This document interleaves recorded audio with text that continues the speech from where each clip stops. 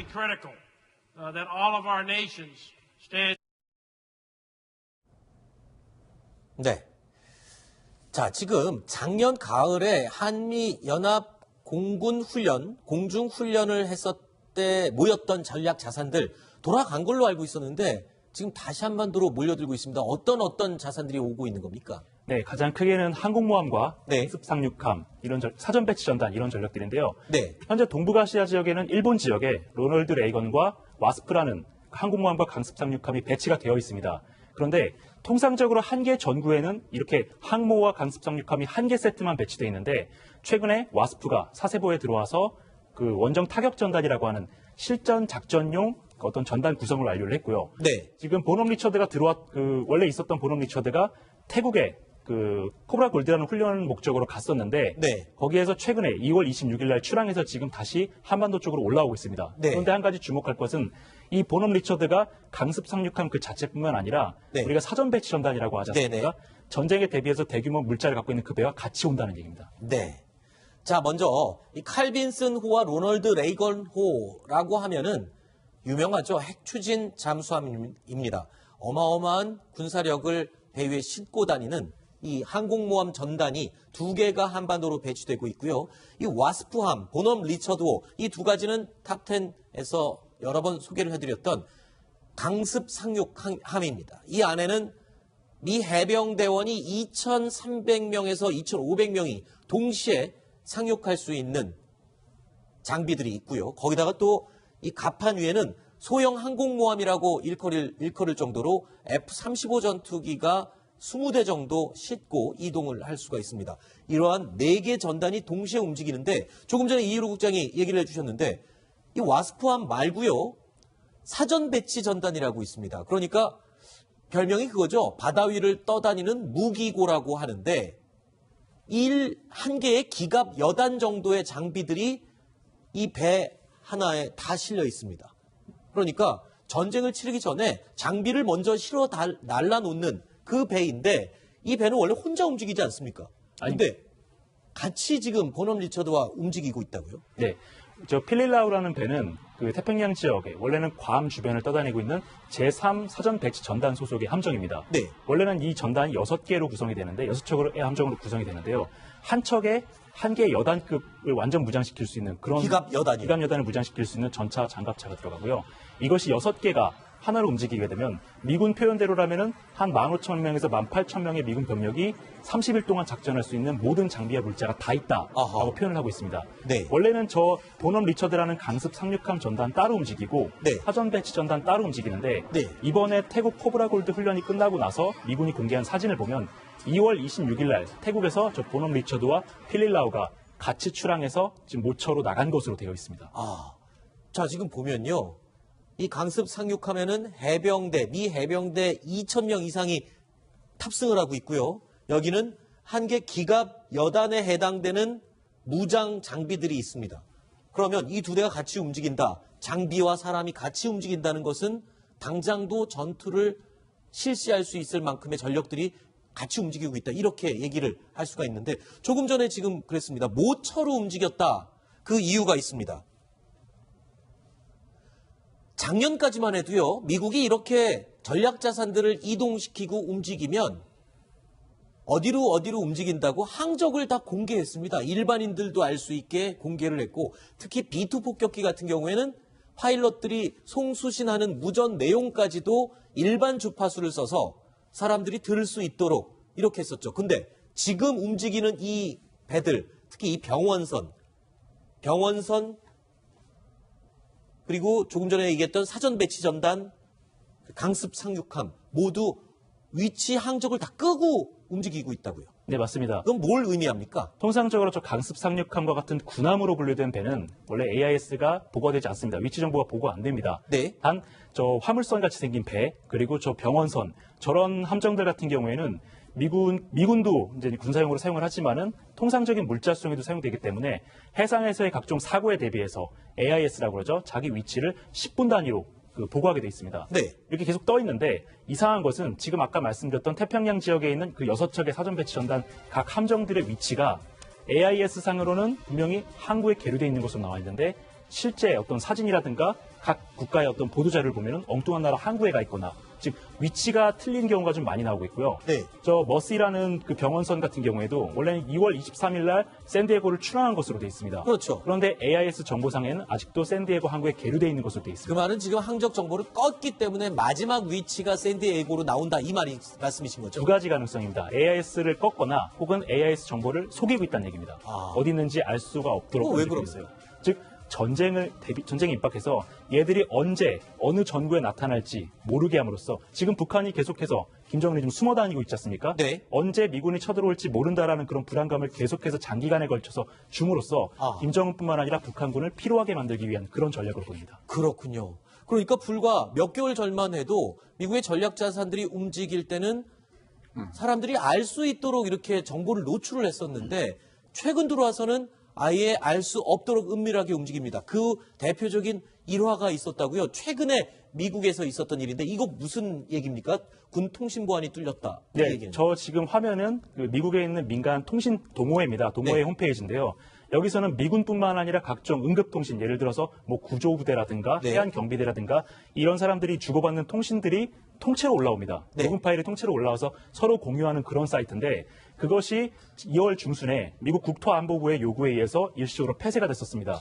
그리고 사후에 지금은 다시 이제 개방이 됐는데 그 홈페이지 운영진이 공지를 올린 그 내용을 보면은 이 홈페이지에서 미군 작전과 관련된 그 민감한 내용이 노출됐다. 그래서 부득이하게 폐쇄됐었다라는 공지를 올렸습니다. 네. 그런데 지금 이 홈페이지뿐만 아니라 미군이 군 작전 보안에 대해서 굉장히 많은 신경을 쓰고 있는데요. 네. 미 8군에서도 저 관련된 그 부대 활동과 관련된 그 어떤 내용도 인터넷상에 올리지 마라라는 네. 경고문이 올라오게 됐습니다.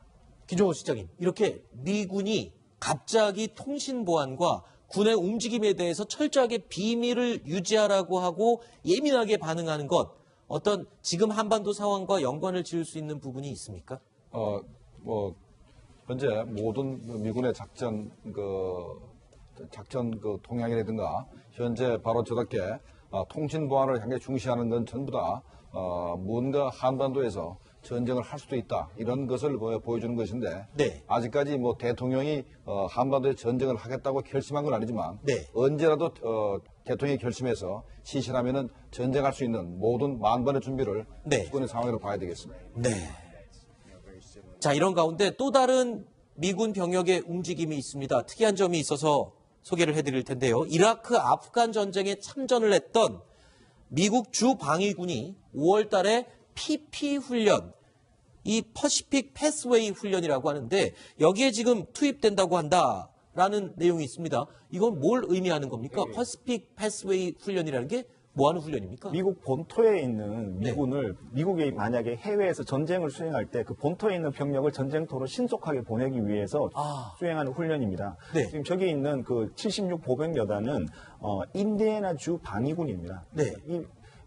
평소에는 그냥 주 방위군으로서의 그 본토에서 임무만 하면 되는데 그러니까 미국 내에 머물러야 될 그런 병력이라는 예, 말씀이시죠? 예. 근데 이 병력이 이제 현역이 아닌 주 방위군이 이 PP 훈련에 동원되는 것은 이번이 처음이라고 이렇게 알려지고 있습니다. 지금 네. 미국의 상황을 좀 자세히 좀 보면 이 병원선이 왔죠. 그다음에 폭격을 위한 그런 그 장비들이 지금 그 한반도 주변에 직결되고 있고요. 물자 수송하고 그다음에 상륙선 그런 그 자산들이 지금 직결이 되고 있습니다. 이 부분들은 아까 말씀하셨듯이 하시라도 명령만 떨어지면 바로 전쟁을 수행할 수 있는 이런 태세를 갖춰 놓는다는 측면이 있고요.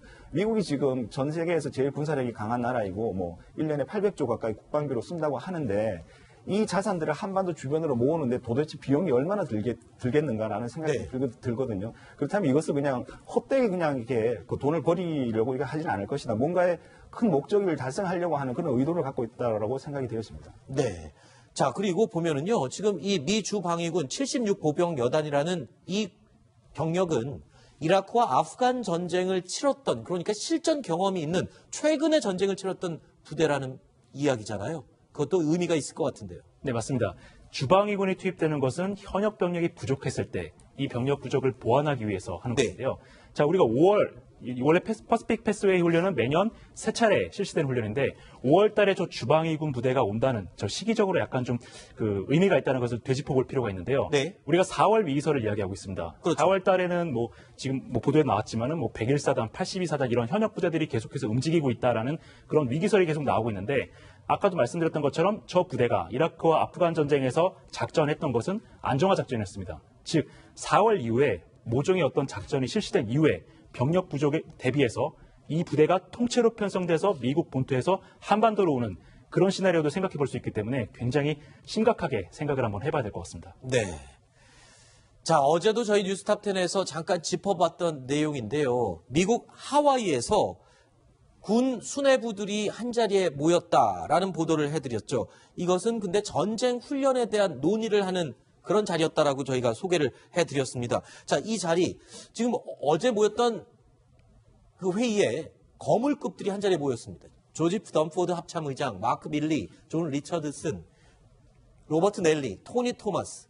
자, 이 면면을 보면 어떤 이야기가 오갔고 뭐를 위한 회의였는지 그 의미를 다시 한번 좀 짚어봤으면 좋겠는데. 네.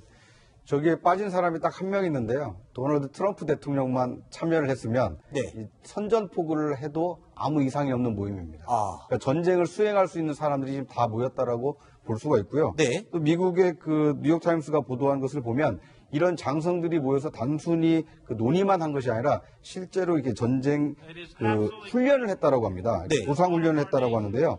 이 미군을 어떻게 이동을 시켜서 북한을 타격할지에 이 초점이 맞춰진 논의가 진행이 됐다고 합니다. 네. 뿐만 아니라 북한이 화학무기로 보복할 경우에 어떻게 대응할 것인지, 그리고 이 중동이라든지 아프리카에 배치된 많은 정찰기를 어떻게 한반도로 이동시킬 것인지, 네. 한국과 일본의 미군을 어떻게 연계시킬 것인지. 그러니까 이런 그 전쟁 훈련은 실제 이 실제를 가정하고 만약에 이런 일이 벌어졌을 때 어떻게 병력을 이동해서 신속하게 전쟁을 수행할 것인지. 네. 그러니까 이런 뭐 전쟁 예행 연습을 했다 이렇게 봐도 무방할 것 같습니다. 네. 자, 그리고 다음 달에는요, 매티스 국방장관이 전 세계 전투사령관 또는 전구사령관, 그러니까 전 세계에 흩어져 있는 전투를 담당하는 사령관들과 한자리에 모이는 회의를 한다고 하는데, 글쎄요, 매티스 장관이 이런 회의를 자주 여는지도 궁금하고요.